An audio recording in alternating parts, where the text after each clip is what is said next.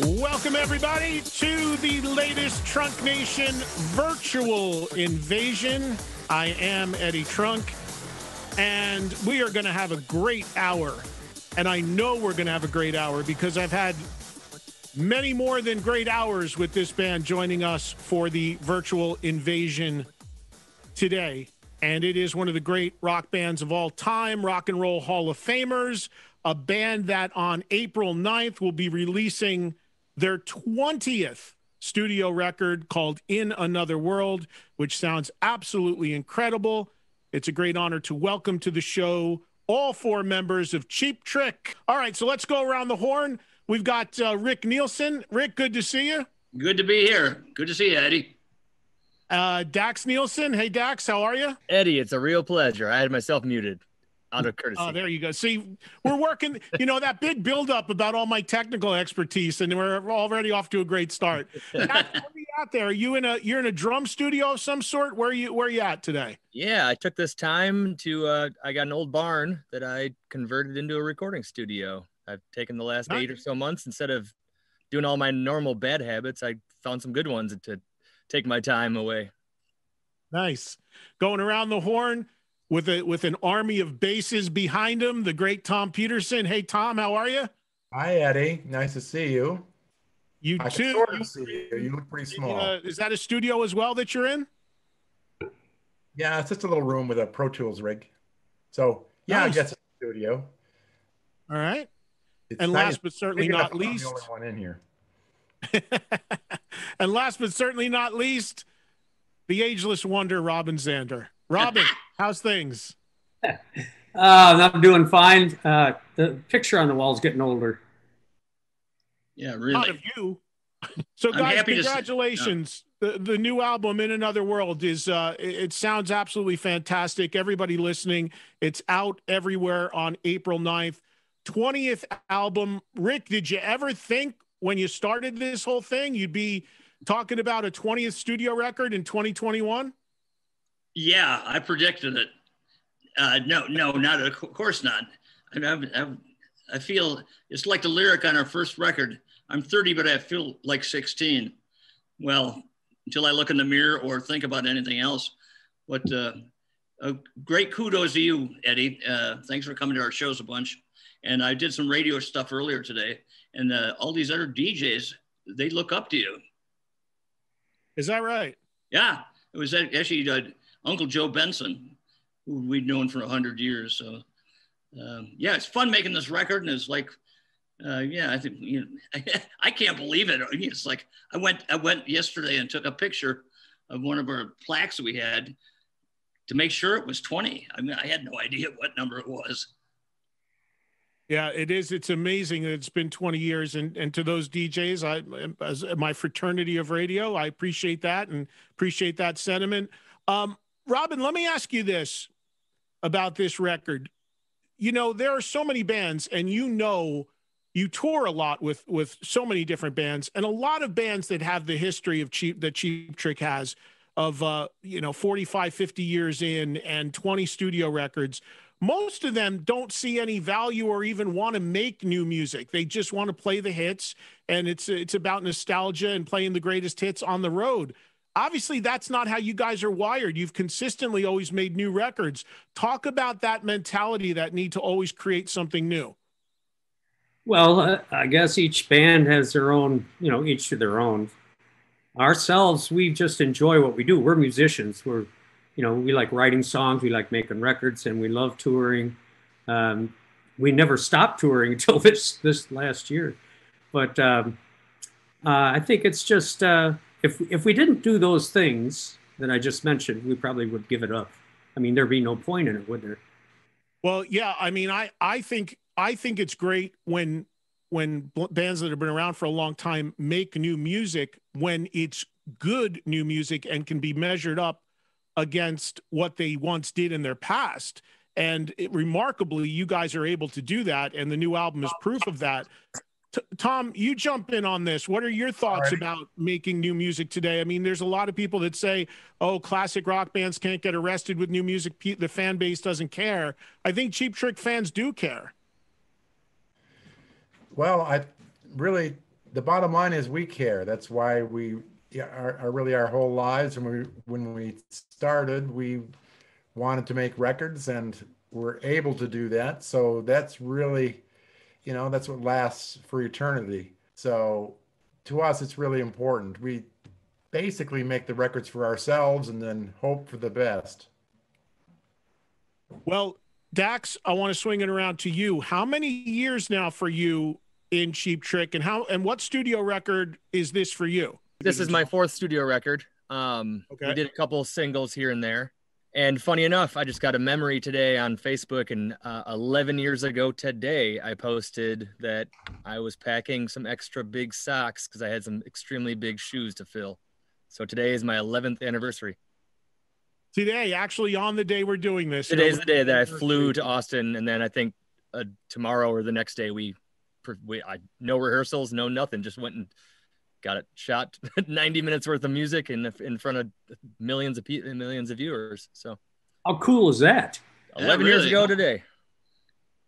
When you got Rick, when you needed to replace Bunny Carlos, was your son the first choice? Was it the immediate natural thing to do at that point? Was it right there in front of you? Well, let's see. We knew we needed to have somebody to replace, and I had to call Dax and find out if he was interested. But I also had to call Tom and Robin, because I didn't want it to be my choice. And it's like, oh well, Rick's kid or whatever.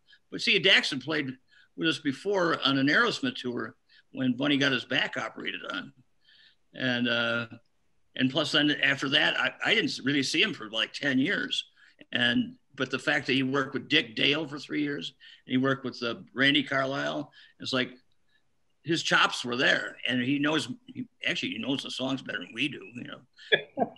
It's the first time that we, starting 10 years ago, was the first time, or 11 years ago, first time we did all our songs at the right tempo too. Dax, have you ever actually said to anybody else in the band, no, you guys are playing that the wrong way on an old song? Not exactly like that. No. I know my place. Maybe I suggested here on stage. Yeah, I know that. I know where I stand, so I definitely did not tell anybody they did anything wrong. I maybe suggested we try something a little differently. It's more like us asking him, how did the bridge go on this? Yeah, during this time off, or during this time, well, when we were thinking about it, we had, I'd spoken with Dave Grohl, and I'd spoken with Tommy Lee, and I spoke with Chad Smith, but they all had their own bands. It's like we wanted somebody permanently. So Dax, we made him available. And he said, yeah, we did South by Southwest and then Austin City Limits 2 days in a row with no rehearsal. And nobody was booing in the audience. So Rick, tell everybody about the making of this record. When did you do it? How did you do it? And where did you do it in terms of, was it done pre-lockdown? Did you all get together during the lockdown? How did you create In Another World? Well, it was a couple years back. We started, it was really not the idea of making an album. It was just, we just always, like Tom or Robin said, it's like, we go and record when we can. And so we went in, we did Summer Looks Good on You, or Here Comes the Summer. We did that. And then we just, every time we'd have some time off, we went in the studio. We don't have the luxury of going, like, okay, we're going to take 6 months off and record. We went when we had time. Sometimes we'd do a song, didn't get it finished. That's all right. And then I do some of my parts in Rockford at my other son's studio. And a lot of songs are written in the studio. Yeah. Yeah. So like, we didn't go in with any big pre-plan. Robin and I went one day, we were staying at the hotel and they had a studio there. We went in and we did about 3 or 4 or 5 songs that aren't even on the record. So there's more stuff that we've not even done yet. To be continued. Yeah. Right. So Summer Looks Good on You was released earlier. We know that. You also have on it Give Me Some Truth, the John Lennon cover, which you had previously released as well. Those sort of kind of bookend the record, opening and closing the record. And then the material in between, I imagine, was all done at different times. But I guess the question being is this was completely written and recorded prior to things being locked down? Oh, yeah. It was pretty much done. We had even the title was just, we pretty much finished everything. And then COVID hit, and that was the end of it. Yeah. Go ahead, Rick. I'm sorry. We added the album cover and the album title. I mean, I don't think we had the title until about 3 months ago. Right. And the cover and the sequence, because the sequence is important too. It's like, well, should we add this? Should we have this? It's like, I think when Cheap Trick makes records, we try to make the old word album. We make it so when you get to the end, you want to start over again. It's not the one single and then 12 other songs that aren't as good. We do them all in earnest. True, but the sentiment of the record, I think, didn't have anything to do with COVID. I mean, that was afterwards. Yeah.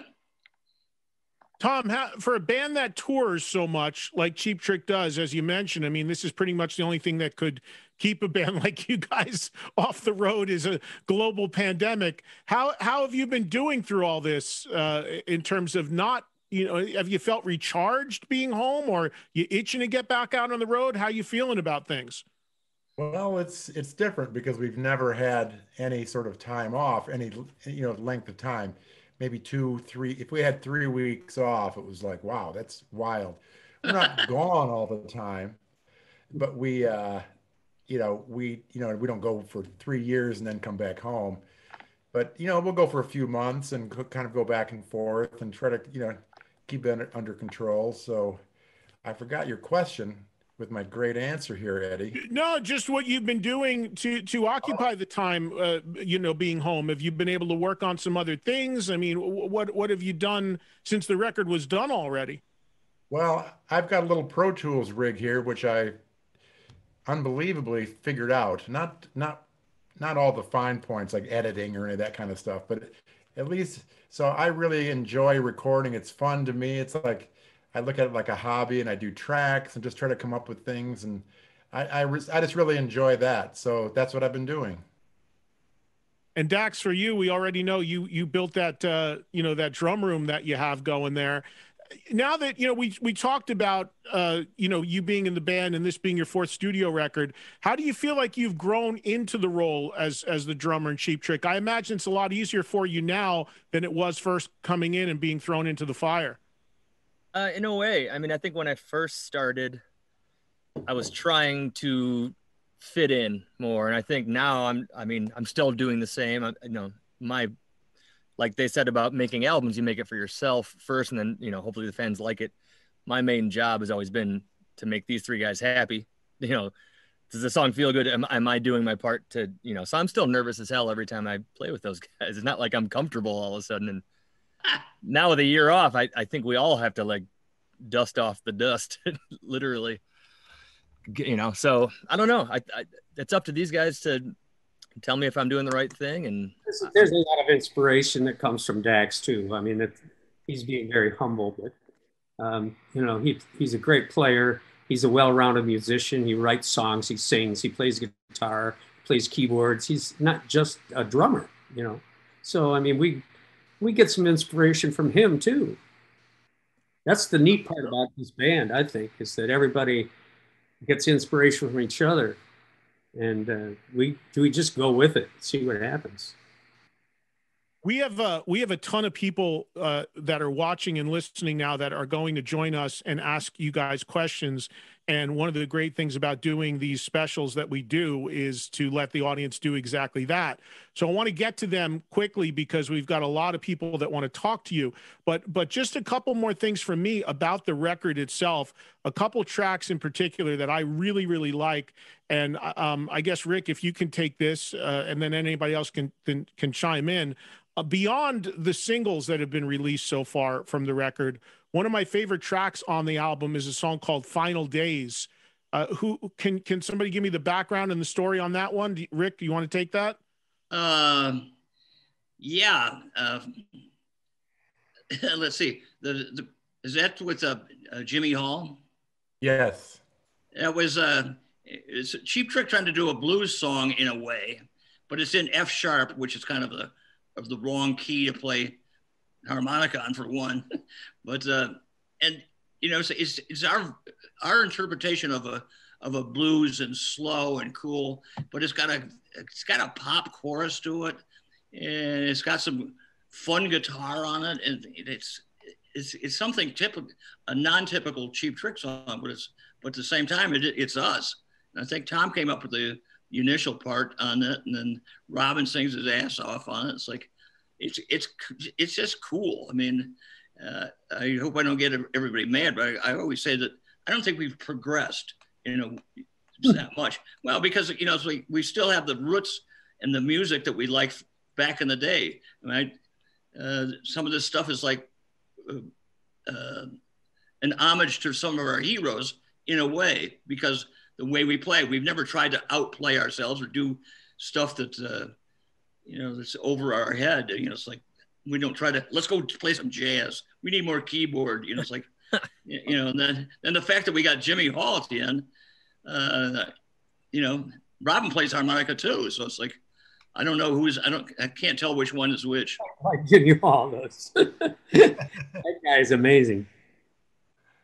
It's a really cool song. It was one of the ones that jumped out at me. And the other thing that I wanted to ask about with the record is that the record's called In Another World, and there's a song on the record called Another World twice. There are two versions of the song on the record, and I don't recall ever seeing a band have done that before, with two very different versions of the same song placed on the record. I thought that was really cool, and I like both versions a lot. Tell me about the idea behind that.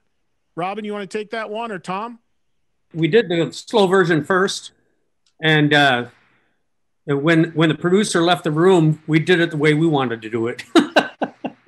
And it both ended up on the record. So that's my story, and I'm sticking to it. Tom, can you elaborate on that at all? Well, no, not really, but we just thought it would sound, we were wondering how it would sound if the Sex Pistols did it. So that's our attempt at that. And we'd work with Steve Jones. So if we were going to play him the song, we were going to play that version instead of the slow one. Well, Steve Jones is on the Lennon cover, right? He's on Give Me Some Truth, right? Yes. Yeah. Rick, do you have a favorite of the two versions? Well, you know, I thought of the Sex Pistols, but since he already got his own cut, I've been saying it's like it's our Ramones version. It's the fast version of it. But yeah, I like them both, because I've always thought our songs could be done and have been done by other people with different arrangements, which it brings out. Which is interesting. Yeah. You know, in Color, I Want You Want Me doesn't sound anything like Budokan or the way we used to do it live before. Yeah, that's even us doing our own stuff. And so it doesn't surprise me. It's like we redid In Color. And we have a version of Oh Caroline. We call it the bummer version, because it's like slow and kind of creepy. It's like, it's not a pop song anymore. It's like, you know, a lot of minor chords. The regular version has minor chords anyhow, but so like we interpret our own stuff. I think Tom is right. You know, it's like Julian left the room. Okay, crank it up, guys. Hey, we experiment with stuff. You know, we like doing that. I think it adds a lot of. Well, we're diverse as it is, but it adds a lot of diversity to the band. Plus, there's some background voices in the fast one. You know, we do the baby voices in there. Robin and I do very good baby voices. Well, I honestly like both versions. There's so many cool tunes on the record. Everybody's got to check it out. It's out on April 9th, the 20th studio record from Cheap Trick, In Another World. And you get a lot of bang for your buck, as you just heard two versions of a song, of the same song on the record. There's like 13 tracks. I love the fact that you put the stuff that was previously released as singles on there. It brings it all together, all that continuity. It's just an incredible record. It really is. Hey, Eddie, congratulations. you heard the version of Rebel Rebel? Yes. Well, that's not on the record though. No, I was just wondering if you heard it. Yes. It was very cool that you did that as well. You guys were very active doing a lot of things that came out during the course of the pandemic, which I think were cool. Yeah. Yeah, that was Jack Douglas. Jack worked on that with you? Yes. Yeah. He actually First time you worked on with him again in a while, right? Yeah. Well, yeah. He also worked with us on "She Said," the Beatles song. She said, which is on one of your label mates at Sirius Radio. That guy named Howard. What about him? What it was on what? He played it? Yeah, the Beatles song. The Beatles song. Right. We did that, and Jack produced that at Johnny Depp's house. And it's like we did kind of a Who version of that. So I mean, there's a lot of stuff that we keep doing. What's our line, Robin? We're too dumb to quit. We just keep going. Finally, touring, before we get to the audience, that's what everybody's going to want to know. It's the question mark that looms out there for everybody. When are you going to be able to go out on the road? Now, looking at the Cheap Trick website, you had a tour with Rod Stewart. Is that rescheduled, or where are we at with all that? I believe it is. I haven't heard any different. I know that the ZZ Top one is also going to be rescheduled. That was scheduled for right now. We were going to go out, but it didn't happen. But you plan these tours, and what are you going to do when they're all pushed back? Yeah. Right. And it looks like you have some dates in Australia sooner than that, right, Rick? Right. I think we're the first band to go to international shores. It's kind of a big deal. We're going to Stone Temple Pilots and Cheap Trick and Bush and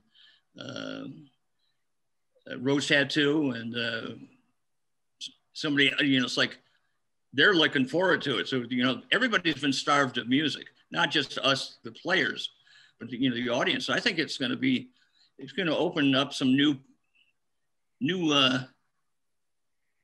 some minds about seeing rock shows and music again, because everybody's been starved from it. It's like, what have you been doing? I've carry out food and what?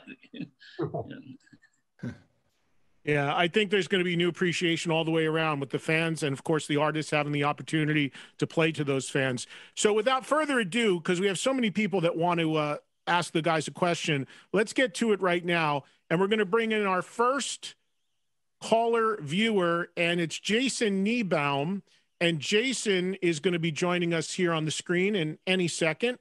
And Jason will be asking the person of Cheap Trick of his choice a question. Welcome, Jason. Go ahead and fire away. You guys mentioned Julian Raymond a little bit earlier with this new record. You guys have worked with him. I think this is the 5th album, the most that you guys have, the most albums you work with than any other producer. Can you tell us a little bit more about that working relationship with him and how you got first connected with him, and then why you think this is the longest producer-artist relationship you've had through the years? I met Julian in 1980. I was living in Los Angeles. And he was obviously much younger. He wasn't a little kid or anything, but it was like, hey, this guy really has some great ideas. And he and I just started kind of working on songs and stuff together, and kind of one thing led to another. And he started producing us, and he's really become like another member of the band. I think he brings out the best elements in us almost more than sometimes than we can. We're too close to it. So he's a great fit, and I can't say enough about what a great artist he is in his own right, and he's got a good sense of humor because he's working with us. Is there what do you guys look for? What's the most important quality at this stage in your career after making 20 studio albums, after having worked with so many producers, whether it's George Martin, Tom Werman, Jack Douglas, whoever it may be?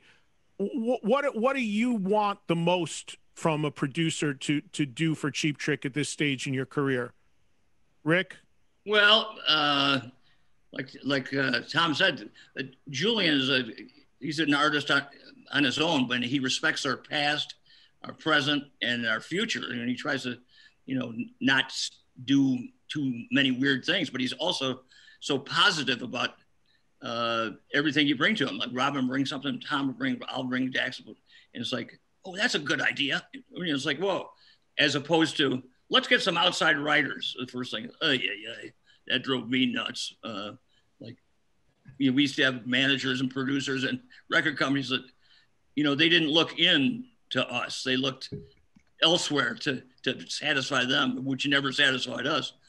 And although we've had some hits and stuff like that, but that's not the first place to go. The first watering trough, and you also have to have a sense of humor, and we love to drive him and the engineer nuts. So it works out good. Let's say, Julian knows our past, and he knows that we've worked with all these great producers. We've run the gamut of producers, so he's got a lot to live up to. Yeah, and we knew him back in the day when he was at Capitol Records, and then he moved to Hollywood Records, and now he's at Big Machine, and he also got some opportunities for me. I played on the last two Glenn Campbell records too. It's like, it's some interesting stuff, and he's had his #1 hits with other things too, more than with us. Let's he's got a Grammy note. Let's welcome in our next listener and viewer on Zoom. It's Jay in Los Angeles. Thanks so much, Eddie, and all hail the mighty Cheap Trick. I go back to the very first album with you guys. Probably seen you 50 times from Red Rocks Forum, Greek Theater, and so much more. But the new album marks the 20th of your career. What an amazing catalog. How do you choose your set on a nightly basis? And which of the new songs are you most itching to perform live? Who do you want to take that, Jay? Rick, take it away. Well, as you know, we've done, we did the 3-night stands, and then we did the 4-night stands where we did everything. So I don't know that it's going to be tough. But the first 2 songs that the radio heard, not Summer Looks Good on You, but Light Up the Fire, and then Boys and Girls and Rock and Roll. Those definitely will be used, at least at first, and then the album's so deep, and that's why it's tough to choose. So live, we wait till about 40 minutes before we go on stage. The obvious, I Want You to Want Me, Surrender, Dream Police, those are usually in the set. But then, as I recall, I think we did 3 shows in England a few years back, and we did 60 songs over the 3 days. So we picked a lot of different stuff. I'll tell you, and I'd like all of you guys the rest of you guys to chime in on this. Robin, I'll start with you. One of the things that a lot of rock fans complain about bands that they go to see all the time that have been around a long time is the set list never changes. They do the same show every night. If they're just locked in, they know exactly what's coming next. That's not the case with Cheap Trick. You guys always change stuff in and out on any given night on your set. Robin, talk about being able to do that. Is that about keeping it just as fresh for you as it is for the audience? That's part of it, yeah. I think that other bands that don't make records, of course, they probably do the same set every night. But we make new records all the time, and that's part of the reason why we started changing our set every night. We change it around. I don't think in the last maybe 10 years we haven't done the same set back to back. So, I mean, it's always a little different, and it keeps us a little fresh, to where, you get a little tired of the same set every night, I would imagine. So, that's why we swap things out. We got a lot to choose from. Yeah, you do. Tom, do you enjoy that spontaneity? Yeah, it keeps it keeps it exciting for us. Now, because some people are there just to hear the hits, or maybe they were just there to see, this is the first time they've ever seen you, or they've seen you 100 times. So basically you can't win. We might as well do what we want to do tonight and just go for it. And if, you're hearing it, and here's a song from our new record, well, it gives people a good, bathroom break or whatever, or the diehard fans normally don't want to hear the hits because they've heard them a million times. You know, there's certain songs we play all the time. And then the people who have never seen us, or maybe, you know, once or twice, you know, they want to hear their old favorites. So what can you do? Let's see. Let's just do what we want. How about that?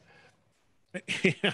Hey, Dax, and one thing from you on this. Now, this is interesting, given that you, of course, don't have the history with the band from the beginning by any stretch.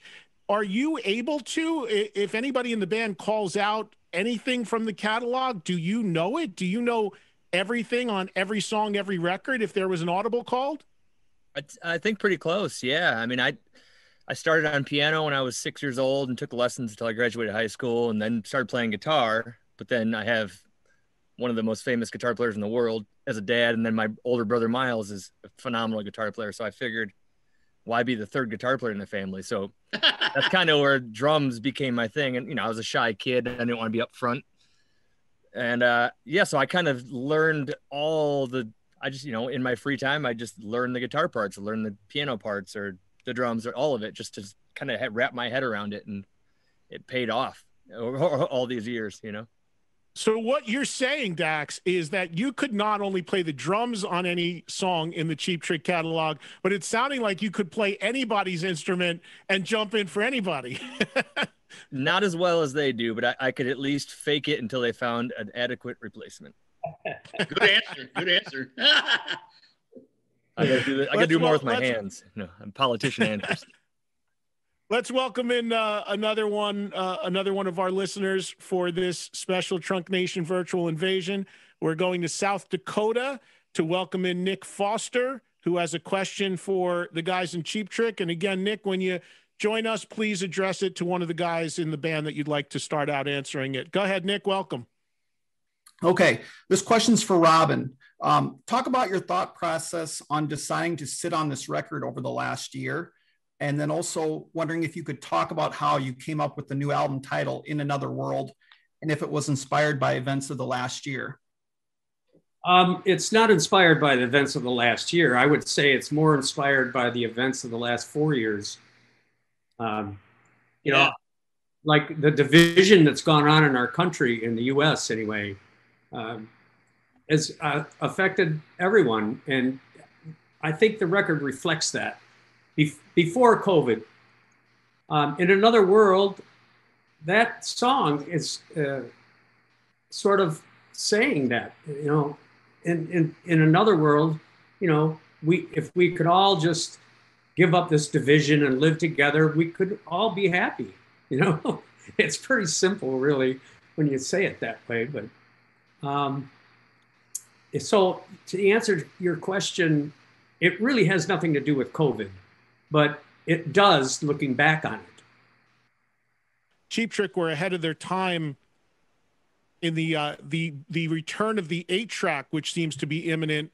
They actually put an 8-track out of one of their albums a few albums ago. Rick, I remember you telling me you did that because you wanted to be #1 on a chart somewhere, and since nobody else was doing an 8-track, it would get you #1 8-track. Oh yeah, that's correct. But it was kind of funny. It was just fun to do. It's like, you know, we actually beat the Beatles when they had the #1. It was called #1. The album where they had all the stuff on it. It's like in one city we were #1. We beat them. So I only told about that one city. And so you know, but yeah, the 8-track was kind of funny because you know, nobody had it. And now, if you bought our 8-track, you also had to go out and buy a car to play it in.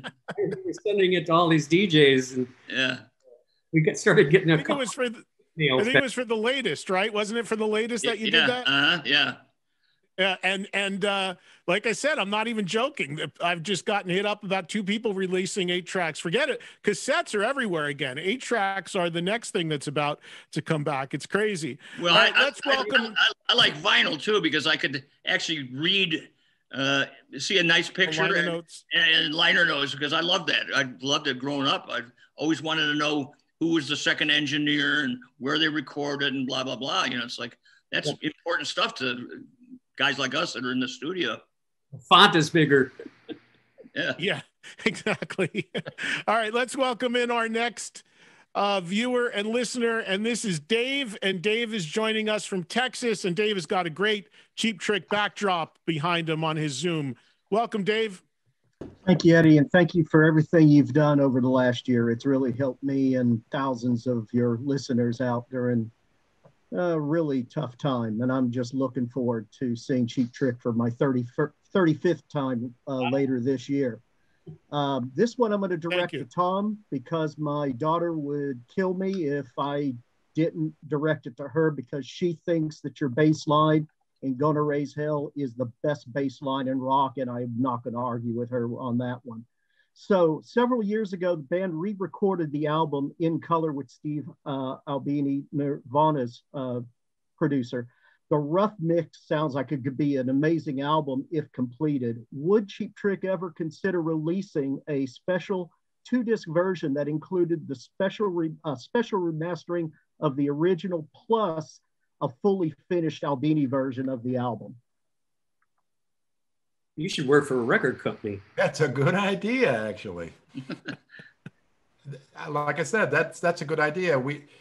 The only reason that hasn't been released is because we never got to the point of actually finishing it. It's close, and I think we probably will finish it eventually. So we're just waiting to finish it, but I think we will. Why not, right? We went to let's do it. Record it. You know, it's not that easy to re-record an album like that. And like Rick said, we've got the Bummer Caroline on there and all sorts of strange stuff. Just for clarity purposes, Rick, because or Tom, the caller said it was a remixed version of In Color, but is it remixed or did you actually re-record? It was re-recorded. No, it's re-recorded. Yeah, and plus, okay, so you. Yeah, plus I'd like to borrow his backdrop.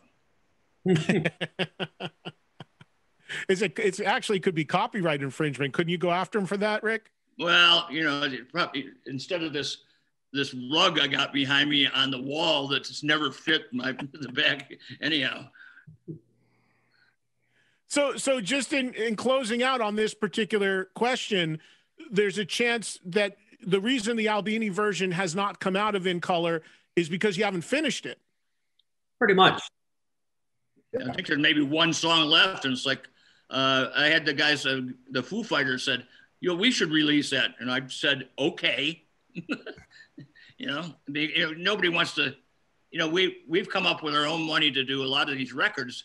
You know, because like Tom and Robin said, you know, we do it for our own enjoyment. We've never been hoping. I always tell people, it's like if we waited to have a hit to go out and tour, we'd never tour. You know?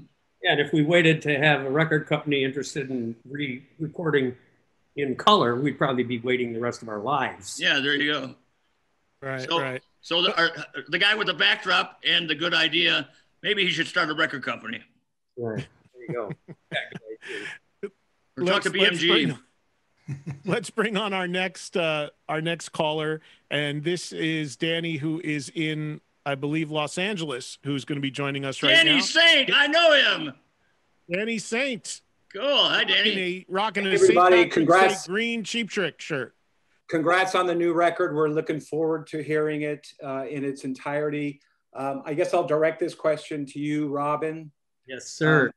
After spending the last year in lockdown, how has your perspective on life or music or your career?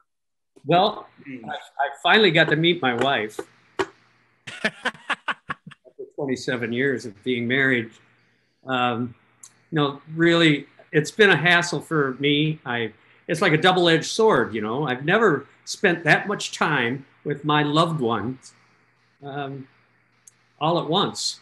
But at the same time, I miss being out on the road. That's what I do. That's me, you know. So it's kind of, it works both ways. I agree. Tom? Yes. The time, the year at home, you itching to get back out on the road, or has it been good for you? Well, sure I am. We, you know, that's what we've done our whole lives. We started out in, you know, nightclubs and bars, and it's really what we know, and it's what we do. You know, we do it for a living.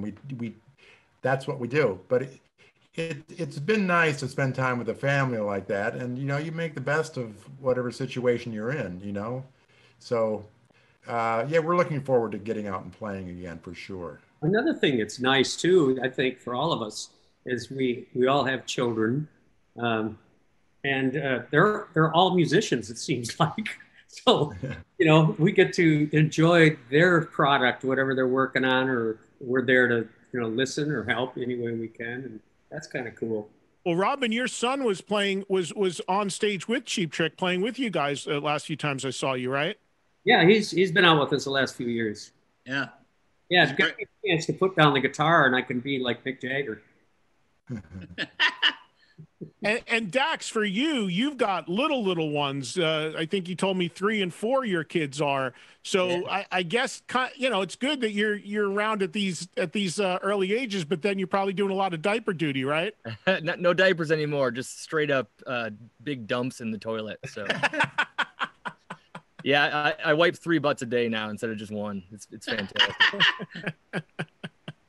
I miss these, you know, like they said, though, it's so great to be home, but after a year, it's like, okay, let's go do what we do. And it's a year is too long and there's nothing we can do about it. It's not like it was on purpose, but I miss the old guys now that I'm with the young guys so much, you know? Let's bring in Taylor, Taylor DeRocher. It looks like Taylor is our next person here listening and watching on our Zoom to join us for this Trunk Nation virtual invasion. Hi, Taylor. Where are you at today? I'm in Canada. I'm in Ontario, near the Detroit border. Oh, cool. Nice. Well, welcome. Ask your question to any member of Cheap Trick you'd like. All right. My question's for Robin. How do you guys keep your sound so authentic and true to Cheap Trick after all these years when there's a status quo of how things should sound based on society or what's popular? Well, when we started out, we rehearsed 3 nights in a row in Rick's dad's garage. And I think from that point on, after that, we started playing live. And it's, the feeling's always been the same since. You know, when we play together, something magical happens. I don't really know how to explain it, but it's just feeding off of each other and having fun up there. It's kept us alive for all these years. It's like musical super glue. Thank you, Taylor, for the question. Appreciate it. Moving along, let's get Ashley, who is in Boston, on with the guys from Cheap Trick. Ashley should be joining us here any second. And there she is. Welcome, Ashley. Hi, thank you. So I will direct my question to Dax because he's a little bit on the younger side. So there's been a lot of talk lately that rock is dead. So what is your opinion on this? I think it's not dead at all. I think without burning any bridges, I think, you know, the labels know that the money is in hip hop and in whatever the term is these days. But I think there's as many rock and roll bands out there today as ever.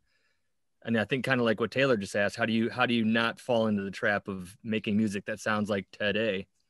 You know, I think unfortunately you hear a lot of music from the 80s and you can tell, man, that was from the 80s. Because, you know, they were trying to sound like it sounded on the radio. And some of those are great songs, but, you know, the production makes it sound super dated. So I think there's plenty of rock and roll now if you want to go find it. And there's just not the label backing as much for rock and roll artists to get out on TV and on the radio. So you kind of got to, unfortunately, you can't do it right now, but you have to go out and see live music. And I guarantee there's rock and roll with Tom's daughters out there, Robin's son and daughter, or me even, you know, like I'm still playing rock and roll every day. I'm not trying to, that's what I love. It's the only choice. Yeah, I would agree. I think it's ludicrous when people try to make that statement. I mean, rock and roll always goes in ebbs and flows, and it's always going to have different peaks. I think MTV was a big driver of it, of course, back in the 80s and into the 90s. With that going away, it's changed a little bit. But anybody just has to go out to one of these shows or festivals and can see that it's very, very alive and well. And I'm really excited I think there's some fantastic new younger bands that I'm really, really excited for. I hope people give them an opportunity and they're able to break through. But I think if people really take the time and seek it out, there's plenty of great new young music out there, and a lot of older bands like, of course, Cheap Trick are just still doing it so well. So I don't buy into that narrative at all, and I agree with you, Dax. Yeah, anybody else want to chime in on that? Well, there's still a rock band that won the Grammys this year, right? Didn't the Strokes win or somebody? Yeah, I'm not. You don't open a can of worms up with me with the Grammys, because I don't put a lot of stock in the Grammys for rock and roll, especially for their 15-second nod to Eddie Van Halen this year. But that's another story. They don't even televise the category, so you don't want to get me wound up on that right now, Eddie, because I heard what you said about that, and I agree. Yeah, I am not. I don't think anybody's going to use the Grammys anymore as a benchmark, unfortunately, for rock bands the way they've been the last 25, 30 years. But all respect to the bands that have won them. Congratulations, but it's kind of hard to stomach sometimes. All right, let's get Bill in here. Bill is from Minnesota, and he's up next. We have time for a few more questions to finish up here. We'll squeeze in as many people as we can on the Cheap Trick Virtual Invasion. Bill in Minnesota is up next, and he will be asking the guys in Cheap Trick a question any second as soon as we see him pop up on the screen here. Hey, guys. Nice to see you. Oh. Hey, I got a question. So this is for Rick. Big fan of early Cheap Trick and the story behind the band. And one of my favorite booklets is this Sex America Cheap Trick. Great 4-disc set. It's got a lot of great information in it. Is there any other rarities out there that you guys might release in the future? Well, just even on my computer, because I'm the worst mixer on earth. So I hear some of these things. I've got little bits in this and that. Robin, I'm sure you do too, but I've never thought about making it into rarities. So I need somebody to prod me about that kind of stuff. Robin, I know you have a lot of outtakes too. Well, sure, but I'm just, I don't want to give it up because it might turn into something later on down the road. Is there a lot of additional stuff? Is there such a thing as, say, the Cheap Trick vault? Everybody seems to have a vault. Every band talks about a vault where there's old stuff or old tapes or old stage stuff. Do you have is there a central Cheap Trick place where all this stuff is archived and stored? A lot of stuff is stored, but I don't know about archived. I mean, I've never thrown any guitar away or any amp away or wardrobe away, and Robin too. I mean, we have all this. John, we have tons of stuff. We used to have that warehouse in the middle of Illinois somewhere. I don't know if that's we still do, and then we also have some place where a bunch of stuff is stored. I don't know. I've never been there myself, so. Musically, it's easier to store it online now, and in the internet, it's easier that way. Let's bring up one more caller here. I think we'll have time for one or two more. Brad in North Carolina is next up to speak to the guys in Cheap Trick for the for the latest Virtual Invasion. Again, remember, go to the band's website if you're looking to find out about dates, anything that might be coming up as far as shows, cheaptrick.com. Very cool website, which, by the way, talking about set lists, you have a lot of your set list archived on the site so people can see how you change stuff in and out all the time. I think that's a really cool component of the website. Brad, welcome, and fire away at any of the guys in Cheap Trick. Hi, Eddie and everybody. Thanks for letting me join. So this question is for Rick, and you might want to be careful since your son's on, but I grew up in the 70s, and that was my favorite decade because of all the bands that I was introduced to. And I got introduced to you guys through Dream Police. And I loved going to concerts back then. But I'm curious, with all the decades you guys have been touring, what was your favorite decade to tour in and why? Oh, geez. I've enjoyed everyone. It's like, I think touring is half of my life. And it's like, there's good things about the 70s. Tom and I were in bands in the 60s. So it's like, I'm looking forward to the future. And it's like, because of, especially after this pandemic, what's the world looking like? What's the new atmosphere? What's the new music scene? And it seems like there's a lot of stuff that could be very, very interesting. So And touring, I used to like touring more before 9/11, because after 9/11, I get searched at the airport at least 3 times every flight, because I look kind of shady. So I mean, I imagine touring now is a lot more comfortable because you're able to be in contact with everybody at home so easy. The advent of cell phones, computers, the buses are a heck of a lot nicer. I would imagine that as much fun as it must have been in the 70s in those days, Robin, would you agree now is a little bit more comfortable? You enjoy it? Well, if you're looking for comfort, yes. But at the same time, the 70s was certainly my favorite because we first started out then. And that climb to where we got to was pretty exciting. Tom, how have you seen the Cheap Trick audience change over the decades through all the touring? Do you see a lot of younger people? Are you seeing people bringing their kids? Are you seeing a wide mix of people that are there from the beginning or younger? What are you seeing out there? You just answered your own question. Yeah, we see every element. We see, and it's nice because we'll see people that we've seen for years, and you'll recognize people you may not know their names. And it's always nice to see a familiar face, especially in an unusual setting. You'll be in Wales or something, and you'll see somebody. Oh, that you recognize some people from somewhere else, and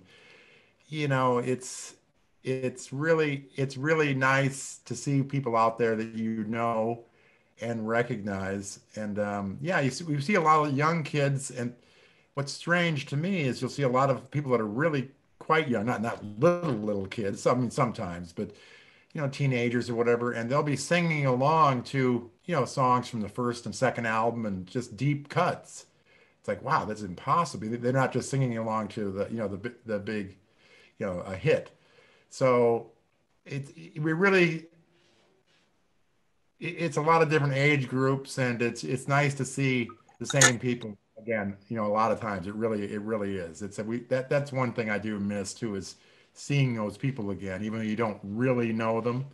But it's they plus kind of music.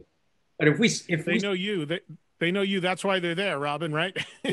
And if I see one of those kids singing along, I try to grab them and bring them on stage to sing along with us. And Dax, and unfortunately, we're not going to, there's a few people left on the sheet, but we're out of time here. So we're not going to be able to get to these final few people. And I apologize for that, but I thank you for watching and signing up to be a part of this. But one final thing, Dax, just to include you in a way on this, you obviously weren't even born in the 70s. So for you, in your time in Cheap Trick, do you have a personal highlight? Is there a show or a moment for you that was a favorite so far in your tenure with the band? Oh, man. Probably, I think going to Japan for the first time, the Japanese history is such a pivotal part in Cheap Trick's history. So the first time I got to go and actually be on stage and witness the audience, how they interact, they clap, clap, clap, and then they get real silent so they can hear what you say. And I'd always heard stories about that, but when I first went there and performed, and they were so welcoming to me as the new guy, and it was just, I think playing in Japan every time we go there, probably it's just such a different world than anywhere else. You go to no offense to the UK, but it's similar to the States. You go to Australia, it's similar because the different accents, but you go to Japan and I look different than everybody there, and they speak a different language than me, but music is what brings us all together. And it's, they try their hardest to speak to us, and they come to the train station with signs and they give us gifts. And it's just like, I never thought I'd be a part of like Beatlemania in a way, people follow you to the train station and somehow they're there before we get there. Like they must have a better train system than we know about, but just seeing the way how Cheap Trick broke there, and then to still see how when we go back, do they still scream the same way they scream on Budokan? Of all the great things about Budokan, one of the many great things about it is the greatest recorded screams from an audience I've never heard, like screams of joy. Do they still scream like that when you go to Japan even now, Rick? Of course. Of course they do. And it's just, look at that like, shady guy that got stopped at well, customs. yeah, I know. But it's true. It's like Another World. That's a good title for the next Japanese record. And I should say hi to Danny Saint and Lisa and all these people. I see all the people that have not getting questions on here. Because Danny, he was been a fan for a long time, and he's got a band too. A lot of these guys that follow Cheap Trick are musicians too. It's pretty cool. Well, as I've said many times, everybody loves Cheap Trick. There's something to love for everybody in your music, and it crosses a lot of different borders. And I think it was great when it first started, and you're still making great music now. The new album, In Another World, again, is out on April 9th. And just keep an eye on cheaptrick.com. There's some dates up there now. Keep a close eye on them, and you can see if they end up coming off the page or stay on the page. And if they're going to happen, fingers crossed we get back to normal and get out there seeing Cheap Trick and all the other bands that we're missing. And apologies to Sam, William, Mark, and Clay. Sorry, guys, we just ran out of time, but thank you so much for signing up. Thanks to everybody for signing up to watch and listen, and thanks to everybody for listening to Trunk Nation and this virtual invasion. Guys, congratulations on another great record. Great to see you. Hopefully we'll do it in person soon, and thank you for the time. Thanks, Eddie. Thank you, Eddie. Good work, man. Bye, everyone.